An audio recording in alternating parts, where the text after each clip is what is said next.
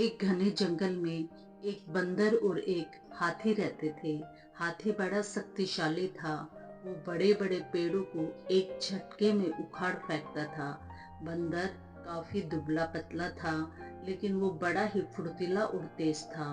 दिन भर बंदर जंगल के पेड़ों पर उछल कूद करता रहता था, लेकिन हाथी और बंदर एक दूसरे को शक्तिशाली दिखाने की कोशिश करते रहते थे। आइए जानने के लिए देखें ये कहानी कि उनमें से कौन अधिक शक्तिशाली है। कहानी आगे बढ़ाने से पहले आपसे एक छोटा सा अनुरोध करना चाहती हूँ। चैनल को लाइक कीजिए, शेयर कीजिए और सब्सक्राइब कीजिए। बंदर और हाथी दोनों को ही अपने गुणों पर बड़ा घमंड था। दोनों ही एक दूसरे से खुद को ज्यादा अच्छा मानते थे। इस वजह से दोनों में हमेशा बहस होती रहती थी।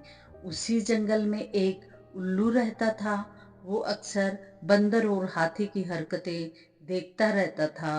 वो इन दोनों की लड़ाई झगड़े से बहुत परेशान था। एक दिन उस उल्लू ने उन दोनों से कहा, जिस तरह तुम दोनों लड़ते हो, इससे कोई फैसला नहीं होने वाला। तुम दोनों एक प्रतियोगिता क्यों नहीं कर लेते, जिससे आसानी से यह फैसला कर सकते हैं कि तुम दोनों में से सबसे शक्तिशाली कौन है। बंदर और हाथी दोनों को उल्लू की बात अच्छी लगी। दोनों ने फिर एक साथ पूछा, इस प्रतियोगिता में क्या करना होगा। उल्लू ने कहा, इस जंगल के पार करने पर एक जंगल आता है, जहाँ पर एक काफी पुराना पेड़ है, जिस पर सोने के फल लगे हुए हैं। तुम दोनों में से उस सोने के फल को जो पहले लाएगा, उसे ही इस प्रतियोगिता का विजेता घोषित कर दिया जाएगा।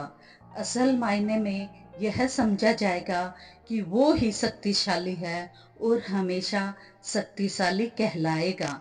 उल्लू की बात सुनते ही बंदर और हाथी बिना कुछ सोचे समझे दूसरे जंगल की तरफ निकले। बंदर ने अपनी फुर्ती दिखानी शुरू कर दी। वह एक ही छलांग में एक पेड़ से दूसरे पेड़ तक पहुंच जाता। वहीं हाथी तेजी से दौड़ने लगा और रास्ते में आने वाली हर चीज को अपने मजबूत सूंड से उखाड़ फेंकता था। थोड़ी ही देर में हाथी और बंदर जंगल से बाहर निकल गए। उस जंगल से दूसरे जंगल के बीच के रास्ते में एक नदी बह रही थी। उसे पार करने के बाद ही दूसरे जंगल में पहुंचा जा सकता था। बंदर ने फिर से अपनी फुर्ती दिखाई और झट से वह नदी में कूद गया, लेकिन पानी की लहर काफी तेज थी, तो बंदर नदी में बहने लगा। बंदर को नदी में डूबता हुआ देखकर हाथी ने तुरंत अपनी सूंड से उसे पकड़कर पानी से बाहर निकाल दिया। हाथी के इस व्यवहार को देखकर बंदर काफी हैरान हुआ। उसने विनम्र होकर हाथी को अपनी जान बचाने के लिए धन्यवाद कहा और अपनी हार मानते हुए हाथी को ही आगे का सफर तय करने के लिए कहा। बंदर की इस बात को सुनकर हाथी ने कहा, मैं नदी पार कर सकता हूँ, तुम भी मेरी पीठ पर बैठकर इसे पार कर लो। बंदर हाथी की बात मान गया और वह हाथी की पीठ पर बैठ गया। इस तरह दोनों ने नदी पार कर ली और दूसरे जंगल में पहुंच गए। फिर दोनों ने मिलकर सोने के लगे हुए फल वाले पेड़ को खोजना शुरू किया और थोड़ी ही देर में खोज निकाला। सबसे पहले हाथी ने अपनी मजबूत सूंड से उस पेड़ को गिराना चाहा, लेकिन वह पेड़ काफी मजबूत था। हाथी के प्रहार से उस पेड़ पर कोई असर नहीं हुआ।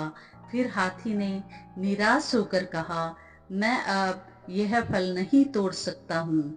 बंदर बोला, चलो मैं भी एक बार कोशिश करके देख लेता हूँ। बंदर फुर्ती से उस पेड़ पर चढ़ने लगा और उस डाली तक पहुंच गया जहां पर सोने के फल लगे हुए थे। उसने वह फल तोड़ लिया और पेड़ के नीचे उतर गया। इसके बाद दोनों वापस नदी पार करके अपने जंगल में लौट आए और बंदर ने उल्लू को वह सोने का फल दे दिया। फल पाने के बाद उल्लू जैसे ही इस प्रतियोगिता के लिए विजेता का नाम बोलने लगा, वैसे ही बंदर और हाथी ने मिलकर उसकी बात को काट दिया। दोनों ने एक साथ कहा, उल्लू दादा, अब हमें विजेता का नाम जानने की आवश्यकता नहीं है। इस प्रतियोगिता को हम दोनों ने मिलकर पूरा किया है। हमें यह समझ में आ गया है कि हर किसी का गुण अपने आप में अलग और खास होता है। हमने यह भी फैसला कर लिया है कि आगे से अब हम कभी भी इस बात पर बहस नहीं करेंगे और मित्र की तरह इस जंगल में रहेंगे।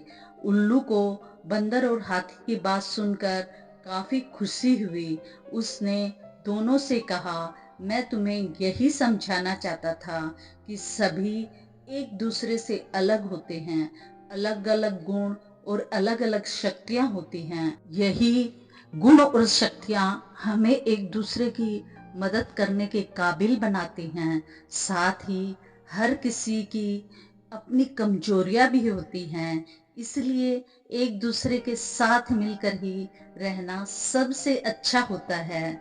उसी दिन से हाथी और बंदर दोनों मित्र हो गए और वह जंगल में खुशी खुशी रहने लगे। इस कहानी से हमें यह सीख मिलती है कि हमें एक दूसरों के गुणों और शक्तियों का सम्मान करते हुए एक दूसरे के साथ मिलजुल कर रहना चाहिए। आपसे अनुरोध है कि ऐसी कहानियां देखते रहने के लिए चैनल को लाइक कीजिए, शेयर कीजिए और सब्सक्राइब कीजिए।